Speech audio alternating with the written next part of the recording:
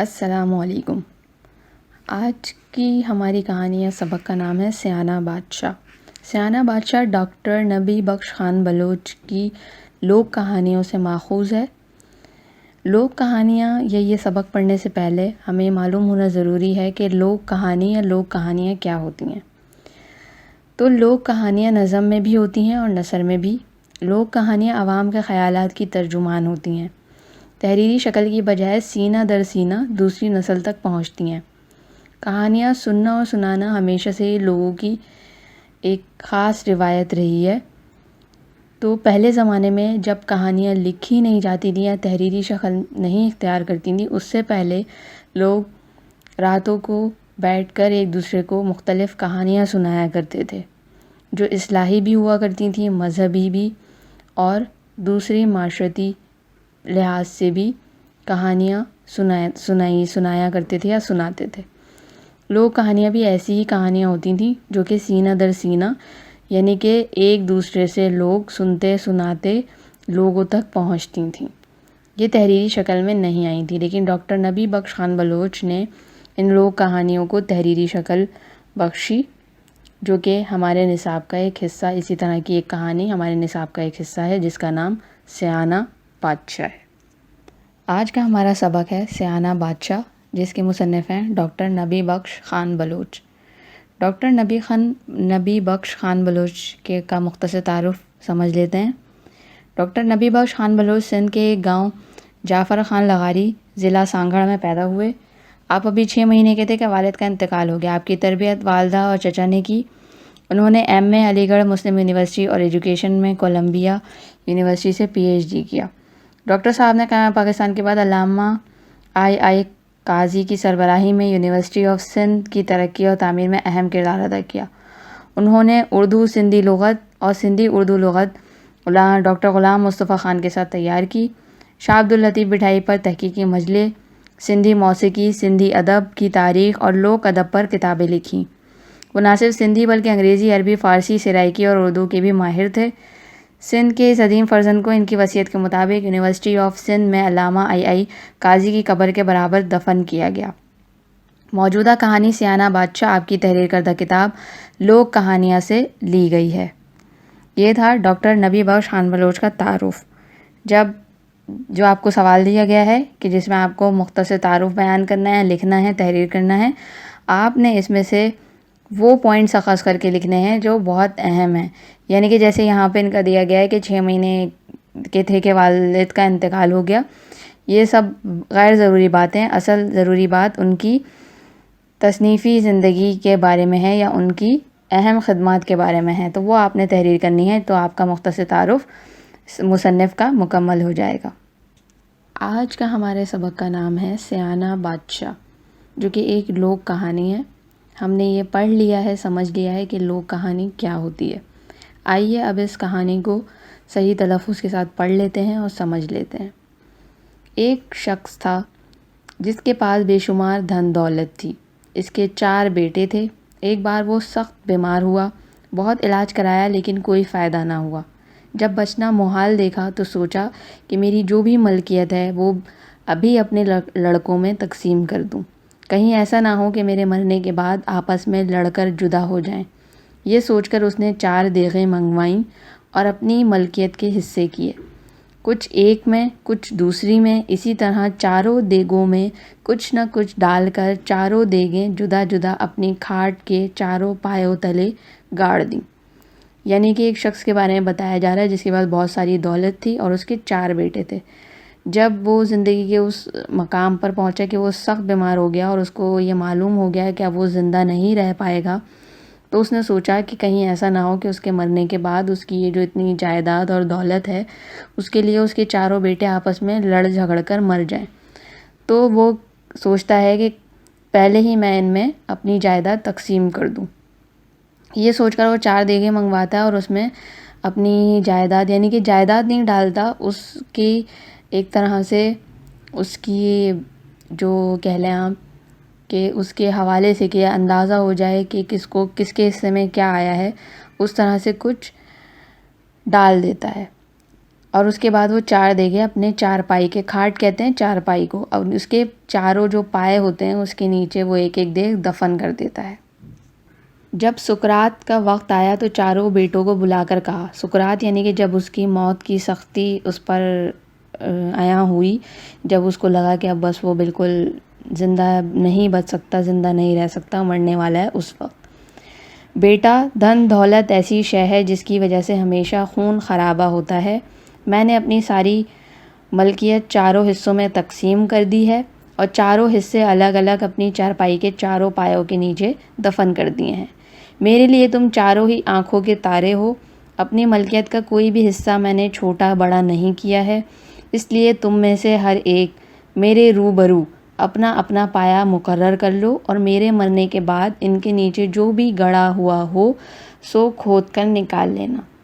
اب وہ اپنے بیٹوں کو بلاتا ہے اور ان کو سمجھاتا ہے کہ دولت یا پیسہ ایک ایسی چیز ہے جس سے ہمیشہ ہی لڑائی جھگڑا اور خون خرابہ ہوتا ہے، تو وہ ان کو بتاتا ہے کہ میں نے اپنی ساری دولت چاروں حصوں میں برابر تقسیم، انصاف کے ساتھ تقسیم کر دی ہے اور ان کو 4 پایوں کے نیچے دفنا دیا ہے۔ جب تم میرے لیے سبھی، وہ کہتا ہے کہ میرے لیے چاروں بیٹے ہی برابر ہیں، میں نے کسی کے بھی کوئی بھی حصہ چھوٹا بڑا یا کم زیادہ نہیں رکھا، سب انصاف کے ساتھ برابر تقسیم کیا ہے، تو تم لوگ میرے سامنے روبرو یعنی کہ میرے سامنے اپنا اپنا پایا مقرر کر لو کہ کون کون سا حصہ لے گا، اور جب میں مر جاؤں تو اس کے بعد جو بھی گڑا ہوا ہو اس کو کھود کر نکال لینا۔ لڑکوں نے باپ کی یہ بات منظور کر لی، پھر قرآن دازی کر کے ہر ایک نے اپنا اپنا پایا مقرر کر لیا، یعنی کہ انہوں نے پرچی ڈال کے نام نکال لی کون سا پایا کس بیٹے کے حصے میں آئے گا، تاکہ اس بات پر بھی بعد میں کوئی لڑائی جھگڑا نہ ہو۔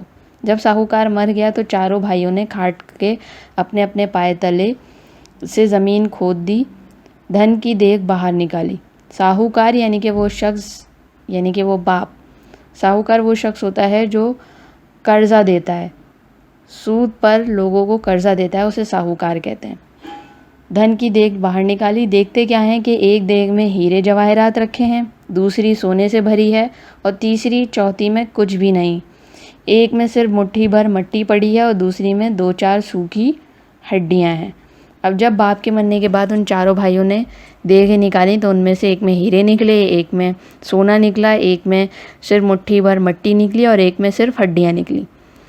جن لڑکوں کو ہیرے جواہرات اور سونے کی دیگیں ملی وہ تو بڑے خوش ہوئے، باقی 2 لڑکوں کو جو مٹی اور ہڈیوں کی دیگیں ملی وہ سخت ناراض ہوئے اور بھائیوں سے کہا، اس مٹی اور ہڈیوں کا ہم کیا کریں گے، ہم اصل ملکیت سے ضرور حصہ لیں گے۔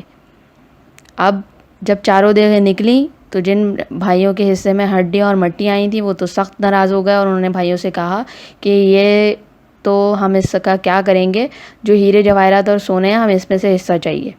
اس پر پہلے 2 بھائیوں نے کہا، بابا اپنے ہاتھوں سے ملکیت تقسیم کر گئے ہیں اور تم نے خود وہ ملکیت قبول کی تھی اور اپنی خوشی سے اپنے پائے مقرر کیے تھے، اب کیا ہوگا؟ اب باقی جو 2 بھائی ہیں جن کے ہیرے اور سونا نکلا تھا انہوں نے یہ کہا کہ بابا نے یعنی کہ ان کے باپ نے، ساہوکار نے برابری کے حساب سے تقسیم کی تھی جائیداد یا ملکیت اور تم نے خود خوشی خوشی قبول کی تھی، تو اب ایسا کیسے ممکن ہے کہ ہیرے اور جواہرات اور سونے میں سے تمہیں حصہ دیا جائے؟ آخر ان کی تکرار بڑھنے لگی اور بات 4 معتبر لوگوں تک پہنچی، لیکن وہ بھی کسی فیصلے پر نہ پہنچ سکے اور بولے، اس میں کوئی راز ہے، لہٰذا کسی دانا شخص سے انصاف کراؤ۔ سبھی بھائی اس پر راضی ہو گئے اور کسی دانا شخص کو تلاش کرنے لگے، لیکن ایسا کوئی دانا شخص نہ ملا جو فیصلہ کر سکتا۔ اب جب ان کی بحث آپس میں اس بات پہ بڑھنے لگی کہ ان کی جائیداد یا باپ کی جائیداد کس طرح سے تقسیم ہوئی ہے اور اس کی کیا مٹھی بھر مٹی اور ہڈیوں کا کیا مقصد ہے، تو 4 معتبر یعنی کہ جو گاؤں یا اس علاقے کے 4 عزت دار لوگ تھے ان تک بات پہنچی، لیکن وہ بھی کوئی فیصلہ نہیں کر سکے اور انہوں نے کہا کہ کسی عقل مند شخص سے اس بات کا فیصلہ کروایا جائے کہ اس میں کون سا راز پوشیدہ ہے کہ باپ نے جو ایک دیگ میں مٹی اور ایک دیگ میں ہڈیاں ڈالی ہیں، اس میں کون سا راز پوشیدہ ہے اور کون سی جائیداد ہے یہ۔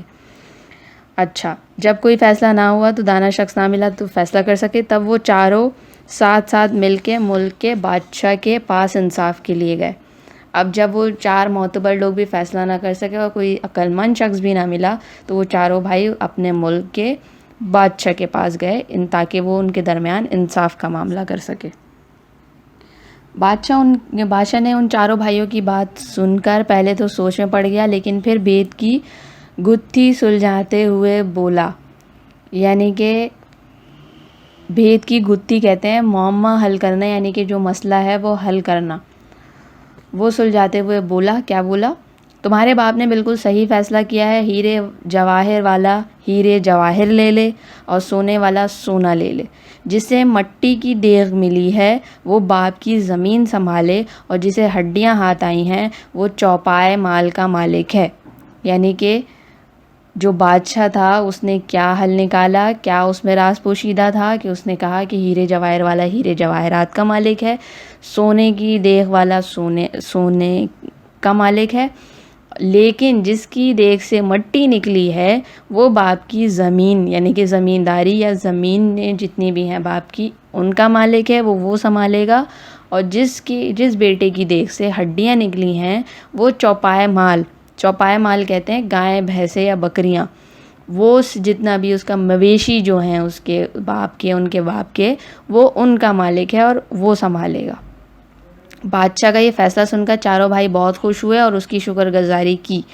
چاروں بھائی بادشاہ کی دانش اور دانائی کی تعریف کرنے لگے اور دعائیں دیتے اپنے گھر آ پہنچے اور آپس میں پیار محبت سے رہنے لگے۔ اب جب چاروں بھائیوں کو معلوم ہو گیا کہ باپ نے صحیح، برابری اور انصاف کا فیصلہ کیا ہے تو وہ بہت خوش ہو گئے۔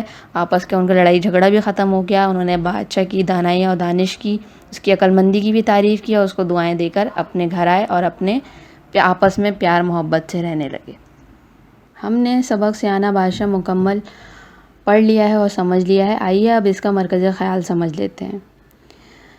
سیانہ بادشاہ ڈاکٹر نبی بخش خان بلوچ کی لوک کہانیوں سے ماخوذ ہے، جس کی کہانی ایک ساہوکار اور اس کے 4 بیٹوں کے گرد گھومتی ہے۔ ساہوکار جب مرنے کے قریب پہنچتا ہے تو وہ اپنی پوری دولت اور جائیداد اپنے 4 بیٹوں میں برابری میں تقسیم کر دیتا ہے، لیکن وہ تقسیم اس کے 4 بیٹوں کے سمجھ میں نہیں آتی اور وہ آپس میں لڑائی جھگڑے اور ایک دوسرے سے رنجش کا شکار ہو جاتے ہیں۔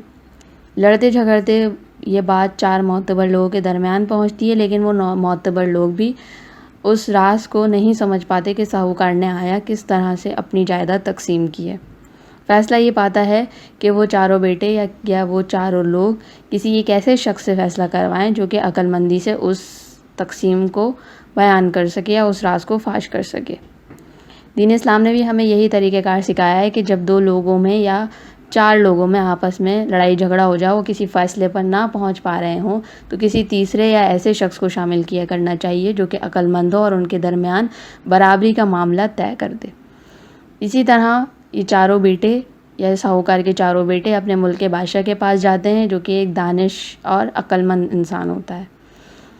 بادشاہ پہلے تو خود بھی الجھ جاتا ہے، لیکن جب وہ غور کرتا ہے تو پھر وہ ان ساہوکار کے 4 بیٹوں کو سمجھاتا ہے کہ ان کے باپ نے بالکل صحیح فیصلہ کیا ہے، اور وہ ان کو بتاتا ہے کہ ہیرے جواہر والا ہیرے جواہرات کا مالک ہے، سونے والا سونے کا مالک ہے، اور جس بیٹے کے دیغ سے مٹی اور ہڈیاں نکلی ہیں وہ باپ کی زمینوں اور چوپائے مال یعنی کہ مویشیوں کا مالک ہوگا۔ جب یہ تقسیم ساہوکار کے 4 بیٹے سنتے ہیں تو وہ ہنسی خوشی رہنے لگتے ہیں اور ان کی غلط فہمیاں آپس میں دور ہو جاتی ہیں۔